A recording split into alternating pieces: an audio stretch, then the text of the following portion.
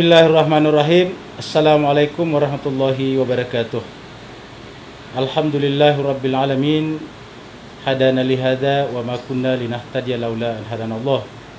Asyhadu an la ilaha illallah wahdahu la syarikalah wa asyhadu anna Muhammadan abduhu wa rasuluh. Allahumma salli ala Muhammadin wa ala ali Muhammad, amma ba'd. Hadirin para pemirsa yang sama dimuliakan Allah Subhanahu wa taala, pembahasan kita sekarang adalah ayat pertama dari Al-Fatihah. Karena Al-Fatihah adalah merupakan satu-satunya surat yang wajib dibaca pada setiap kali sholat, secara otomatis ayat-ayat yang akan kita bahas juga adalah wajib dibaca dalam setiap sholat kita.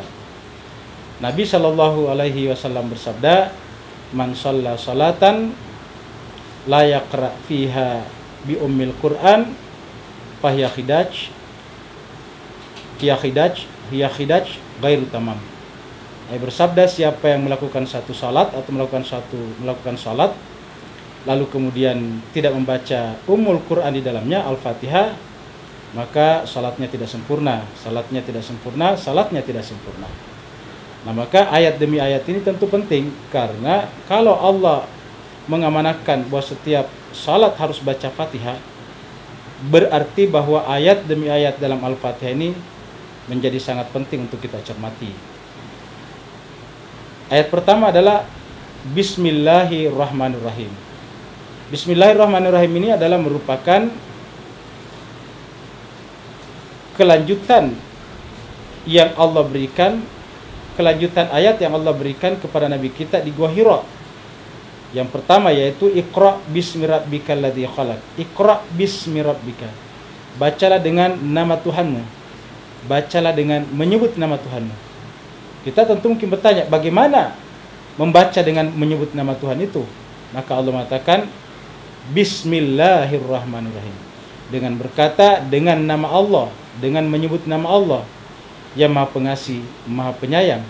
Jadi Bismillahirrahmanirrahim adalah merupakan, bisa dikatakan sebagai implementasi daripada surat Al-Alaq ayat 1 itu. Iqra bismi rabbikal ladzi khalaq, baru kemudian Bismillahirrahmanirrahim. Bacalah dengan menyebut nama Tuhanmu yang Maha Pengasih lagi Maha Penyayang.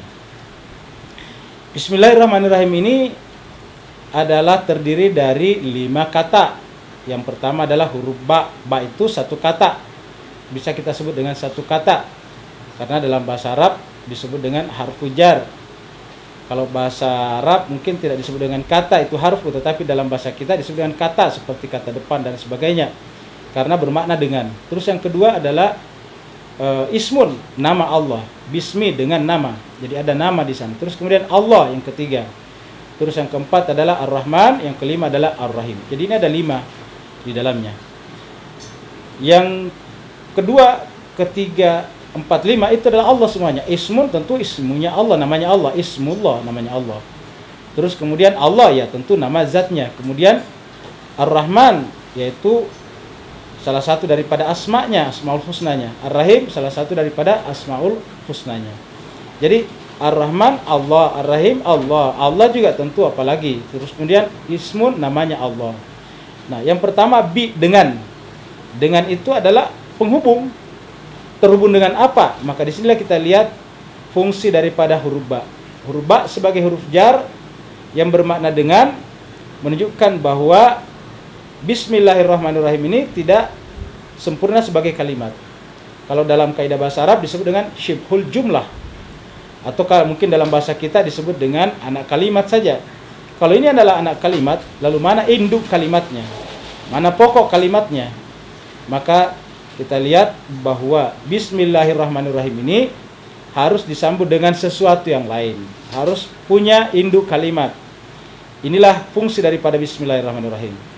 Yaitu bahwa setiap perbuatan kita, sebuah aktivitas kita yang benar, yang sejalan dengan syariat, yang tidak bertentangan dengan hukum-hukum Allah, maka dimulai dengan Bismillah, baru kemudian bersambung. Contohnya, kita makan, saya makan dengan menyebut nama Allah.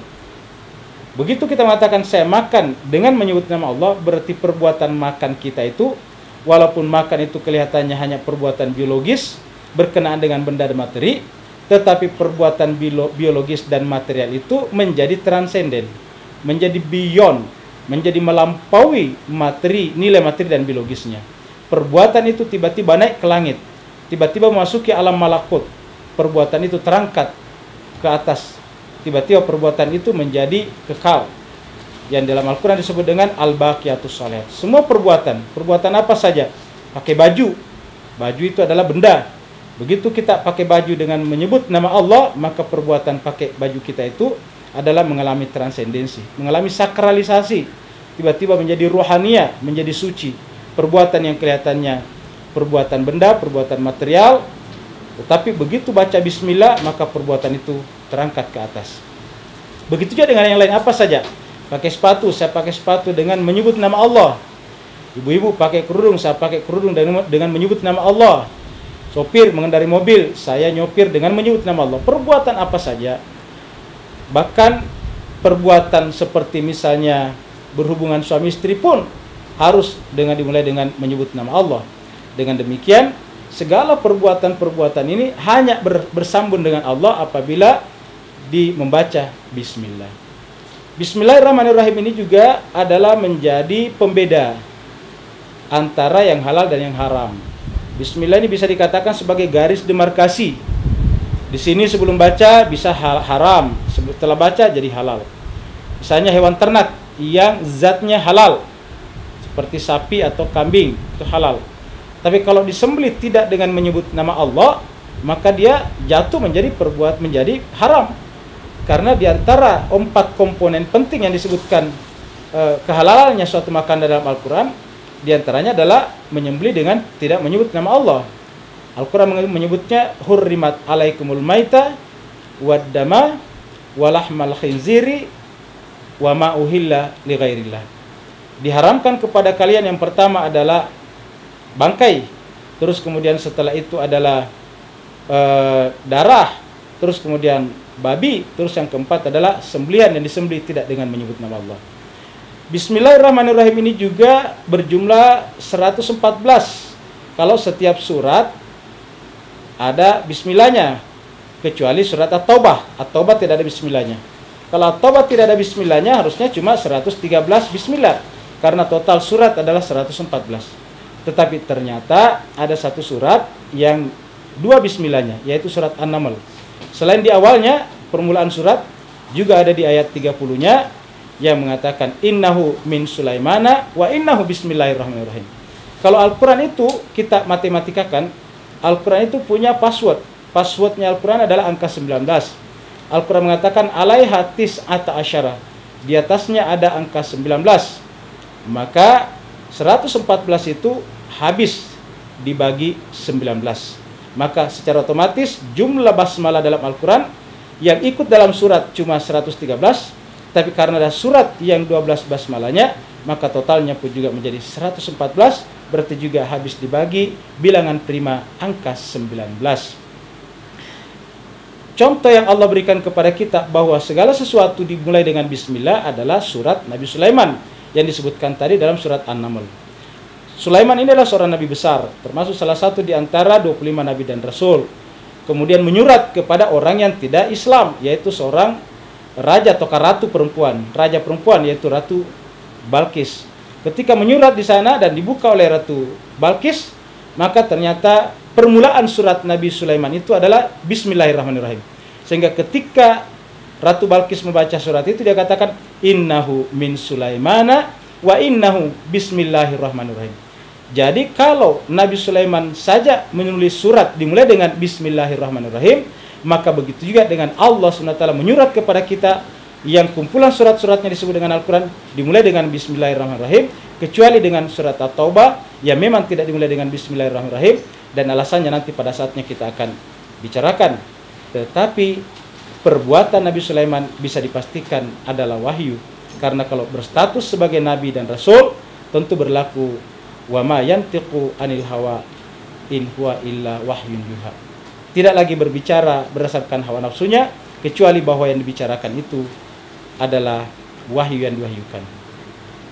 Berarti tulisan Nabi Sulaiman dalam suratnya yang dimulai dengan Bismillahirrahmanirrahim pun juga adalah perintah wahyu dari Allah Subhanahu wa taala, maka hadirin yang dimuliakan Allah Subhanahu wa taala, marilah kita memulai dari sekarang membiasakan diri, memulai apapun juga yang benar di sisi Allah sejalan dengan syariatnya, selalu membaca Bismillahirrahmanirrahim. Assalamualaikum warahmatullahi wabarakatuh.